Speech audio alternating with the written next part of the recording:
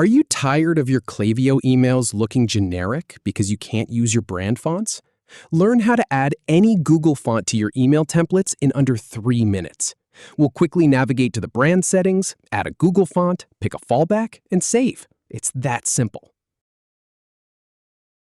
All right, let's begin by clicking on Content in the menu.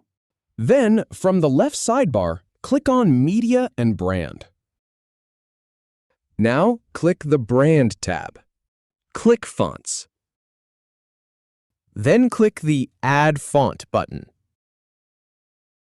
In this case, choose Google Font as the source.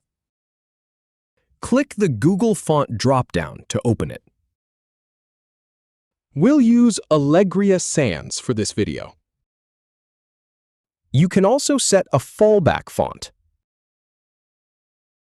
For this example, let's click Lucida Grande. Then hit Save to finish. Thanks for watching. If you have any feedback or if any info is inaccurate, please leave a comment below. We'll do our best to answer or redo the video if needed. Thanks for watching.